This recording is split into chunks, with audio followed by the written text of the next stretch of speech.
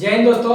तो आइए देखते हैं क्लास 10th के इलेक्ट्रिसिटी चैप्टर के ऑल फॉर्मूलाज को। यानी क्लास 10th इलेक्ट्रिसिटी में जितना भी फॉर्मूला है इलेक्ट्रिसिटी चैप्टर में उसको झटाक से रिवाइज करता है। जैसे I equal to q upon t, I को बोलते हैं current. So current it is what, it is the rate of flow of charge. So I equal to q upon t. अगर हमको चार्ज को निकालने बोला जाएगा तो I इंटू टी यानी करंट इंटू टाइम। अगर हमको नंबर ऑफ इलेक्ट्रॉन्स या नंबर ऑफ निकालने को पूछ दिया गया कितना इलेक्ट्रॉन फ्लो कर रहा है तो निकाल लेंगे n is equal to q upon e और q is equal to ne, it is the charge.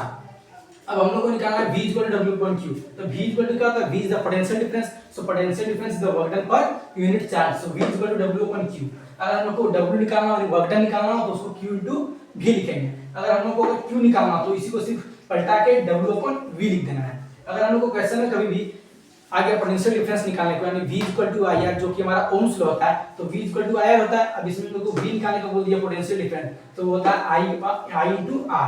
अब इसी तरह हम लोग को अगर I R यहाँ क्या है रेजिस्टेंस, अगर रेजिस्टेंस निकालने को कहा गया तो इसको लिखेंगे V अपॉन I। और करंट निकालने का फॉर्मूला बहुत फॉर्मूला, यहाँ से भी आप करंट को निकाल सकते हैं और यहाँ से भी। तो I equal to V upon T और I equal to Q upon T।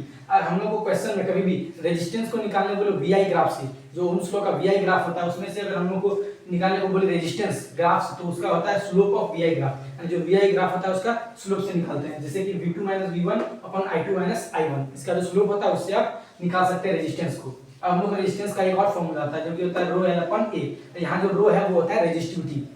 तो रेजिस्टिविटी कैसे फिर निकालें, तो रेजिस्टिविटी आएगा तो RA * L यानी resistance into area of cross section upon length of the wire. अब आते हैं नेक्स्ट, हमारा अगर कोई भी रेजिस्टेंस सीरीज में निकालने को कहा गया तो उसको हम डायरेक्ट ऐड कर देते हैं, that is R1 + R2 + R3। और अगर पैरेलल में आया कोई भी रेजिस्टेंस निकालने को तो उसका होता है 1/R1 + 1/R2 dot dot dot. ऐसे ही आप रेजिस्टेंस इन पैरेलल निकाल सकते हैं। अगर आप लोगों को वर्क डन एक और तरीके से निकालने को बोला गया एनर्जी के रूप में तो आप इसको बना सकते हैं V * I * T। और अगर वर्क डन आपका हीट के फॉर्म में भी आया तो I² R * T।